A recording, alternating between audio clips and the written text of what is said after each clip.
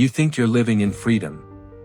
You cast your vote, you voice your opinion, you believe you're part of something greater, a democratic society where the people hold the power.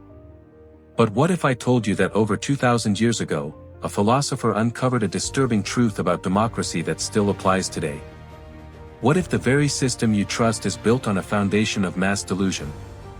Before we dive into this mind-bending revelation, if you're ready to challenge everything you think you know about the world around you, hit that like button, subscribe to the channel, and share this video with someone who needs to wake up to reality. Because what you're about to discover will change how you see society forever. Welcome back. Today, we're exploring Plato's most controversial theory, one that exposes democracy not as the pinnacle of human achievement, but as a system designed to keep you comfortable in your ignorance. And here's the unsettling part: he predicted exactly what's happening in your world right now. The cave you're living in. Picture yourself chained in a dark cave. You've been there your entire life. Behind you burns a fire, and between you and that fire, people carry objects that cast shadows on the wall in front of you. These shadows, these flickering, distorted images, are the only reality you've ever known. You'd think those shadows were real, wouldn't you? You'd build your entire understanding of reality around them. You'd argue with your fellow prisoners about which shadow is which one matters most, which one deserves your attention. This is Plato's Allegory of the cave, and you're living it right now. Every day, you consume information, news headlines, social media posts, political debates, trending topics. You form opinions based on what you see and hear. You engage in passionate discussions about these shadows on your wall. But here's what Plato understood that you need to grasp: you're not seeing reality. You're seeing carefully crafted representations of reality, filtered through systems designed to keep you exactly where you are. In a democracy, you're told that your opinion matters. That your vote counts. That you have a say in how society operates. But Plato asked a question that should shake you to your core: how can you make informed decisions about reality when you've never actually seen it? You can't. And that's not an accident. That's the design. The truth about your opinions. Let me ask you something uncomfortable: where did your political beliefs come from? Your views on economic policy, social issues, foreign affairs, did you arrive at these conclusions through years of rigorous study and philosophical inquiry? Or did you absorb them from your environment, your family, your social circle, the media you consume? Be honest with yourself. Because Plato's devastating insight was this: in a democracy, most people don't have informed opinions. They have inherited prejudices dressed up as principles. Here's how it works. You're born into a system that immediately begins shaping your perception of reality. Your parents, who themselves were shaped by their parents, teach you what to value. Your education system, designed by the state, teaches you what to think about history, society, and your place in the world. Your media, controlled by a handful of corporations, tells you what's important, what's urgent, what you should be angry about today. And then, here's the brilliant part: the system tells you that you're free. That you're thinking for yourself. That your opinions are your own. But Plato saw through this illusion.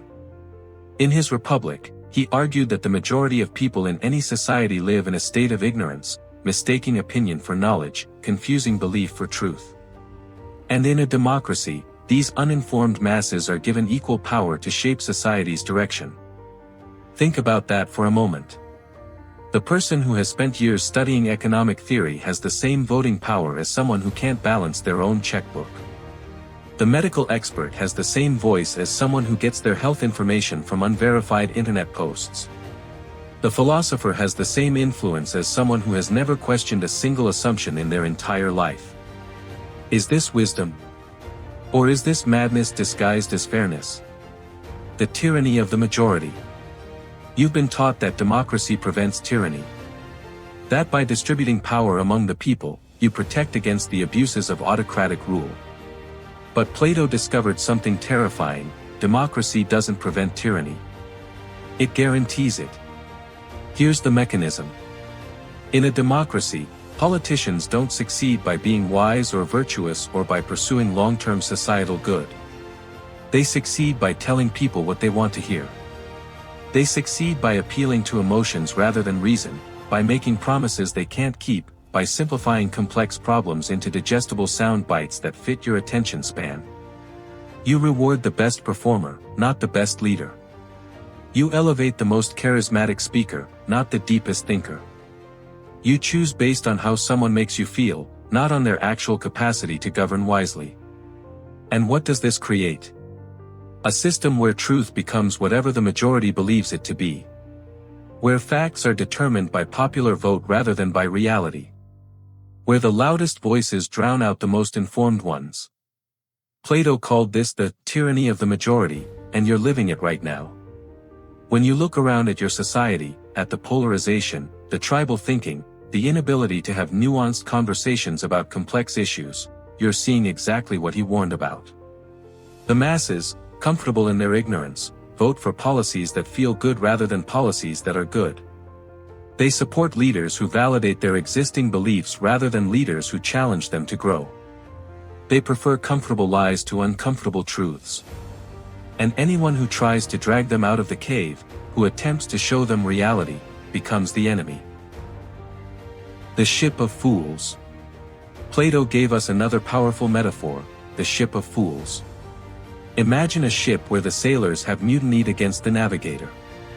They don't understand navigation themselves, but they've convinced themselves that everyone's opinion about which direction to sail is equally valid. Some say go north, others say south. They argue, they debate, they take votes. Meanwhile, the actual navigator, the one who understands the stars, the currents, the weather patterns, is ignored or ridiculed as an elitist who thinks he's better than everyone else. This is your democracy. This is your society. You're on a ship where the people making decisions about the economy have never studied economics. Where people making decisions about foreign policy have never studied international relations. Where people making decisions about technology regulation don't understand technology. Where people making decisions about healthcare have never worked in medicine. But here's what makes this truly insidious: the system has convinced you that this is not just acceptable, but noble. That expertise is elitism. That knowledge is privilege. That anyone who suggests that some people might be more qualified to make certain decisions than others is an enemy of equality. You've been taught to distrust the navigator and trust the mob instead. And the ship is heading for the rocks. The comfort of your chains. Now, here's where it gets really uncomfortable. Plato didn't just critique democracy, he revealed why you defend it so fiercely even when confronted with its flaws. Remember the prisoner in the cave? Imagine someone comes along and breaks your chains. They drag you toward the exit, toward the light, toward actual reality. How do you react? You resist. You fight.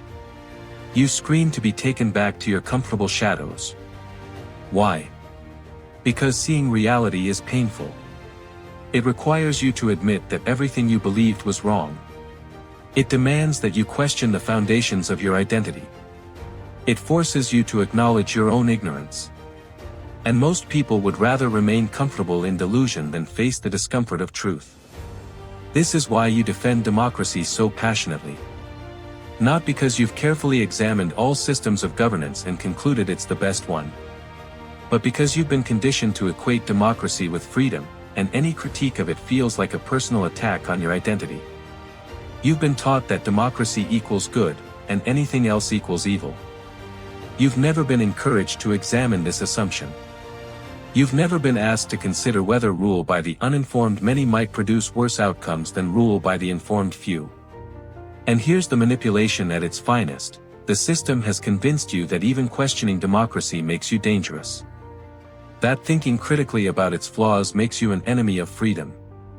That examining alternatives makes you a tyrant in waiting. So you police your own thoughts. You shut down your own curiosity. You remain in your cave, defending your chains, attacking anyone who suggests they might be unlocked. The stages of decline. Plato didn't just criticize democracy, he predicted its inevitable collapse. And when you look at his stages of decline, you'll recognize exactly where your society stands right now. It starts with democracy itself, where freedom is valued above all else.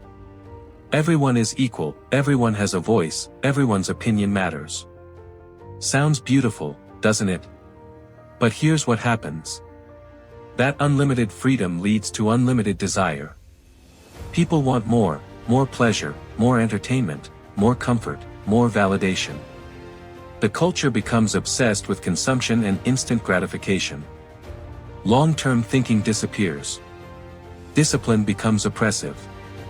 Standards become discrimination. Sound familiar? Then comes the next stage, the rise of the demagogue. Into this chaos steps someone who promises simple solutions to complex problems. Someone who tells the masses exactly what they want to hear. Someone who identifies enemies to blame for all their problems. Someone who presents himself not as a politician, but as a savior.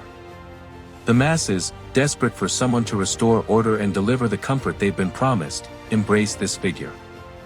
They willingly hand over their freedom to someone who promises to fight for them, to protect them, to make things great again. And democracy transforms into tyranny. Not through violent revolution, but through popular demand. The people themselves vote away their freedom in exchange for the promise of security and prosperity. Plato saw this pattern 24 centuries ago. And you're watching it unfold in real time across the globe. The polarization, the tribal loyalty, the worship of strongman leaders, the willingness to abandon principles for promises, it's all there in his prediction. The question isn't whether this will happen. The question is whether you'll recognize it when it does. The path out of the cave. So what's the solution? How do you escape this mass delusion? First, you have to admit something painful: you don't know as much as you think you do. The opinions you hold so strongly, the beliefs you defend so passionately, most of them aren't based on careful reasoning or deep understanding. They're based on conditioning, emotion, and tribal identity. This isn't an attack on you. This is reality. And accepting it is the first step toward actual wisdom. Second, you need to understand that democracy isn't sacred. It's a tool, one system among many, with specific strengths and specific flaws. Treating it as the ultimate good prevents you from seeing those flaws and addressing them. Plato's alternative wasn't tyranny.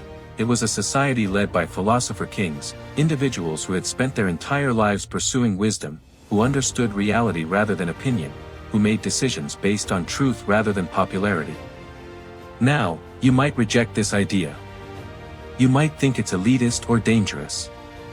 But ask yourself, is it really more dangerous than a system where the ignorant masses elect leaders who tell them comfortable lies?